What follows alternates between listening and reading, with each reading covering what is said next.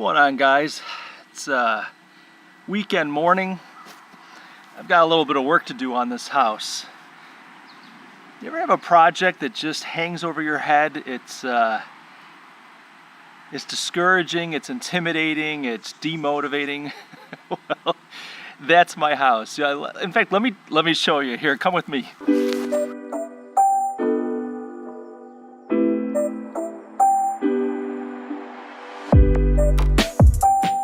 So Lydia and I bought this house about 3 years ago, coming up on 4 years in October. It'll be 4 years in a couple months, 3 months. And this is an 1820s Greek revival. It sits on 5 acres, which we love. It's about 15 minutes from downtown, so it's a fantastic location, fantastic property.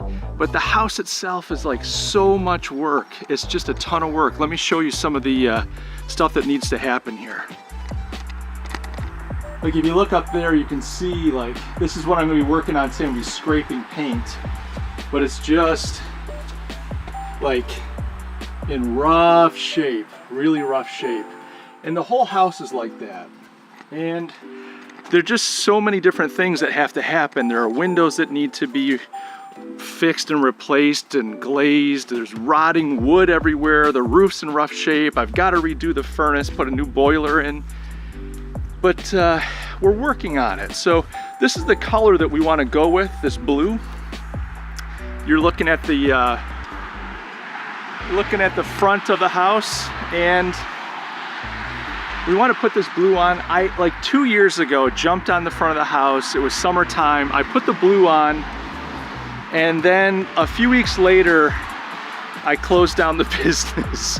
I wound down the agency, and that consumed my whole summer and into the fall. Well, of course, by the time I freed up, the weather had changed and my window had closed. So last summer I thought, okay, fine, back on my feet, everything's going great, got through that really tough experience that consumed a lot of time. Now let me get on the house. Well, all it did last spring and last summer was rain.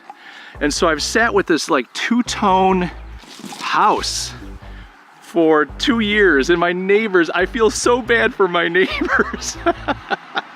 So here's the thing that I've been thinking about is this idea of transformation. I'm always talking about transformation, value creation, all these things, but the thing that strikes me about transformation is, you know, it's this glorious word, transformation. You've changed the world somehow. You've completely made the universe a better place. It's this kind of broad, dramatic concept, transformation. But when I look at this house, I mean, this thing's been hanging over my head. It has been discouraging, frustrating, demoralizing, demotivating, all those things. And it occurs to me that transformation, although the result is amazing, the actual process is a bummer. I mean, it can be. There are probably things that you're good at, you know, the things that you're really good at that you enjoy doing, and those are transformative. You love, I don't know, making furniture. You like taking a business that's in rough shape and making it healthy and selling it. Maybe you love real estate, you know, buying up old houses and fixing those, or maybe you love raising your family, and that's a transformative process. But there are often these things that kind of hang over our heads. You know, this thing I don't want to do, I hate doing.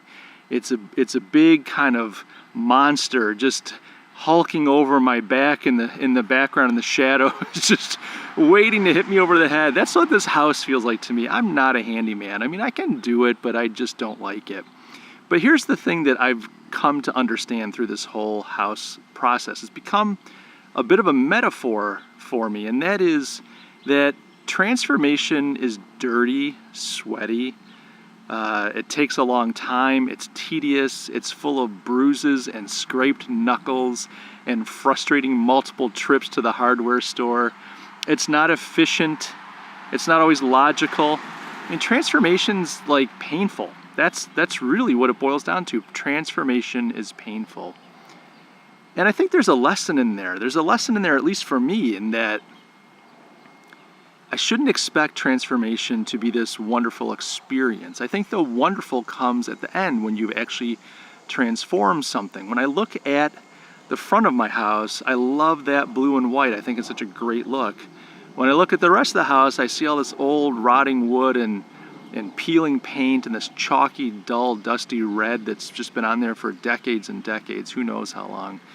And I look at all the work and I think, oh, I don't have time for this. I'm busy with other things. I'm not interested. But I know that if I just put in the time, an hour here, a couple hours there, a scraped knuckle here, a frustrating trip to the hardware store there, that over time, this house will be special.